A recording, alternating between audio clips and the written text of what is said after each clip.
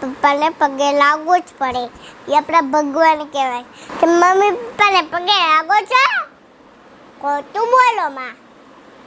ખોટું ખોઈજી નહીં બોલવાનું, હાસું જ બોલવાનું. હું આવીને તો ધોઈ નાખે મારી મને ગાકડી જઈને આવીશ.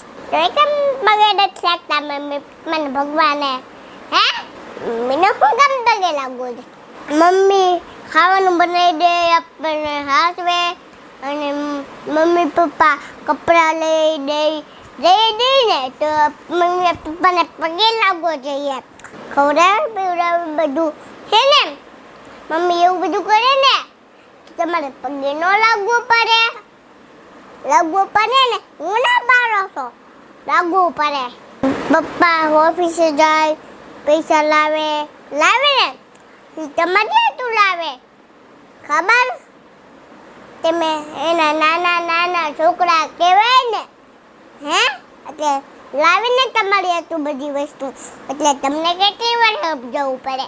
હે પપ્પાને પગે લાગજો. હવે હું મારો મગજ જોશે, ધ્યાન રાખજો. હું તમને સર્વિસ કરવા આવી. હું મારા મમ્મી પપ્પાને રોજ પગે લાગું, ભગવાને, દાદાને, માને, મારા દાદાને, બાબુને પગે લાગું. તો તમે કેમ નથી લાગતા? કેટલા જણાને શીખવાડીએ. કાલથી મમ્મી પપ્પાને પગે લાગવાનું ચાલુ કરી દેજો. હવે તમારો મગજ જો છે, તમને મારીશ, હેલ્પ કરીશ. હું તમને દબાઈ નાખી, લાકડી લઈને આવી, હું તમને દબાઈ નાખ્યા. ધ્યાન આવજો. હા હું બોલવાનું નહીં. પ્લીઝ સ્માઈલ કરો અને વિડીયોને લાઈક કરો, સબસ્ક્રાઇબ કરો, ફોલો કરવાનું ભૂલતા નહીં. સ્માઈલ કરો, સ્માઈલ, થોડીક સ્માઈલ કરો.